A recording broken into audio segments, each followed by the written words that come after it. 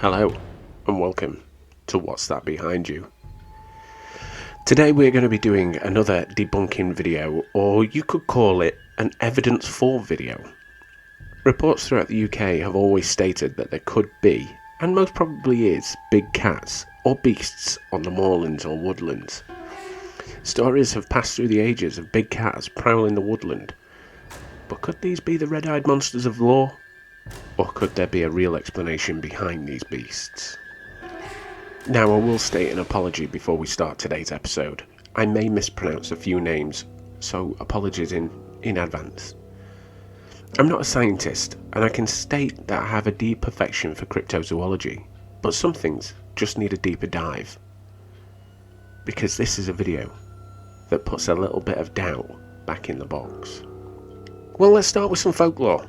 In British folklore, British big cats, also referred to as ABCs or alien big cats. Alien as in not around our area, not supernatural alien. Phantom cats and mystery cats feature in reported sightings of large felines feral in the British Isles. Many of these creatures have been described as panthers, pumas, or even black cats. Stories go back of big black dogs. These could be the big cats in a case of misidentity, and really, they are just the big cats that could be in and around our moors and woodland areas. For as long as there have been big cats, there have been big cat sightings, and some of the first sightings are: William Cobbett recalled in his Rural Rides how as a boy in the 1760s he had seen a cat as large as a middle-sized spaniel dog climb into a hollow elm tree in the grounds of the ruined Waverley Abbey near Farnham in Surrey.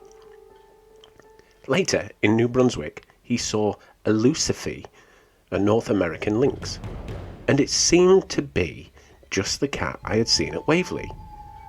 Another report appeared in the Daily Express on the 14th of January 1927 of a lynx being seen. The New Forest folklore of Stratford-Leon tells of how John de Stratford pulled a giant red-antlered lion from the grounds at South Baddesley in the New Forest in the year 1400. The story is first recorded in a marginella of an 18th century Bible. In the late 20th century, sightings of the lion were recorded in the vicinity of the Red Lion pub. Further back, there is a medieval Welsh poem, Pa Gwa, in the Black Book of Cymothan, which mentions a cath palug, meaning Palug's cat or clawing cat, which roamed Anglesey until slain by sea, in the Welsh Triad. It was the offspring of a monstrous sow, Henwen. There have been numerous sightings through the years of big cats, and not only back in yesterdays, but people have spotted them more recently. This year, 2 teenagers believe they spotted a big cat devouring a dead sheep while walking in the Peak District, and they caught the moment on camera. They say the beast looked like a panther, and that they were left shaken by what they had seen. Joshua Williams and his friend were making their way from the Mermaid's Pool on Kinder Scout towards Edale in Derbyshire on September the 26th.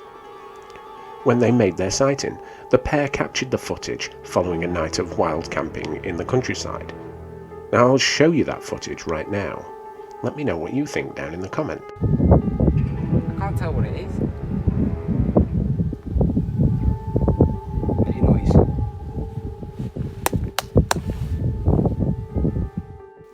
Now, urban legend is a term that is thrown around with this subject far too much, but there is as much evidence as there is foolhardy, tampered with video footage, pictures that are taken out of frame, and much more. So yes, there is an argument for the false claims, but I believe there could be a feral large cat roaming somewhere in the UK. Now, my problem with a lot of the urban myth side of things is that a lot of photographic and video evidence is taken out of frame and out of context with no reference points. For example, the cat is normally in the middle of a field. If you're able to get the shot with something like this, then please try and make sure that there's something like a wall, a tree stump, or even a bush or shrub, just for reference, that makes identifying the actual size of the big cat. But with this, there is actually some scientific fact that back this up. In 2011, it was announced by the Centre of Fortean Zoology that DNA testing carried out by Durham University on hares found in North Devon showed that a leopard was living in the area.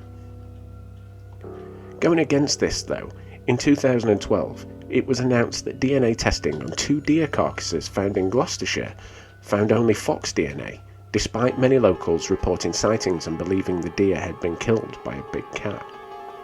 Not only have there been sightings and video evidence, there has also been alleged attacks on people. In the year 2000, an 11-year-old boy of Monmouthshire was attacked by what he claimed was a large black cat. It left him with 5 long claw marks across his left cheek. The police called in a big cat expert to investigate the incident. In 2005, a man who lived in Sydenham Park in southeast London was attacked in his back garden, which backed onto a railway line. The man, who was 6 foot and weighed 15 stone, described the cat as being a big black figure that pounced on him and was considerably stronger than he was. He was left with scratches all over his body. Police were called, and according to the BBC, one police officer saw a cat the size of a large Labrador dog. The man who was attacked sustained scratches to his face, and the alleged big cat was named locally the Beast of Sydenham. In 2008, it was reported that a 74-year-old woman was attacked on 2 separate occasions by a large cat in Alness, Scottish Highlands, leaving her with injuries. But a Scottish wildcat expert concluded that it was most likely a large feral domestic cat living wild, possibly a hybrid with a Scottish wildcat, but ruled that a Scottish wildcat itself wasn't responsible for the attacks. In 2019, a man in Cornwall reported that a 6-foot black cat attacked him through an open window and that it was trying to get in through the window. He described it as being a cross between a domestic cat and a panther. He was said to have reported it to the police and claimed that they was not interested. And they are just a few of the documented attacks from big cats in the UK. Now I know people are sticklers for evidence, and there is more. After all, this is not Bigfoot or the Loch Ness Monster. There have actually been big cats captured in Britain too. In 1980, a puma was captured in Inverness, Scotland. The capture followed several years of sightings in the area of a big cat matching the description of the one that's captured, which had led to local farmer Ted Noble to erect a cage trap. The puma was subsequently put into the Highland Wildlife Park Zoo and given the name Felicity.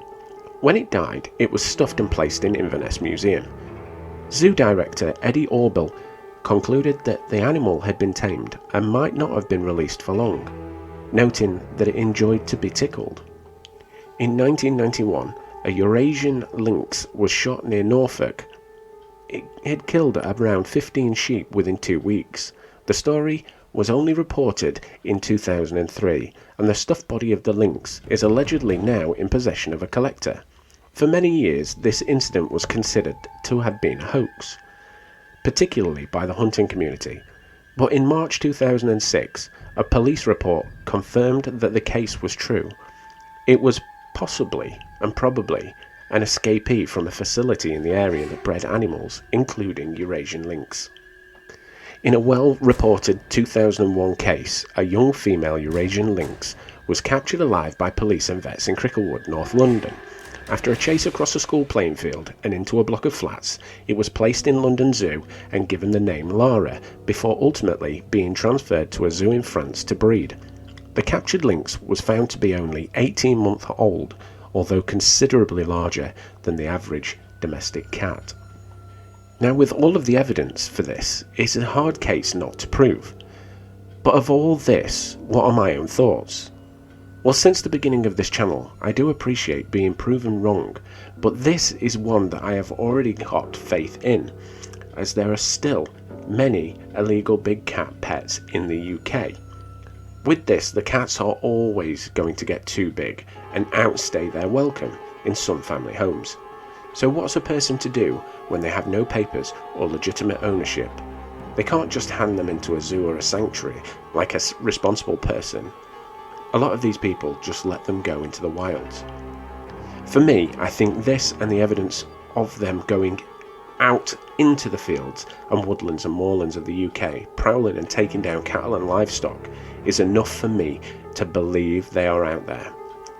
What are your thoughts on beasts fleeing across our moors and woods? Do you believe?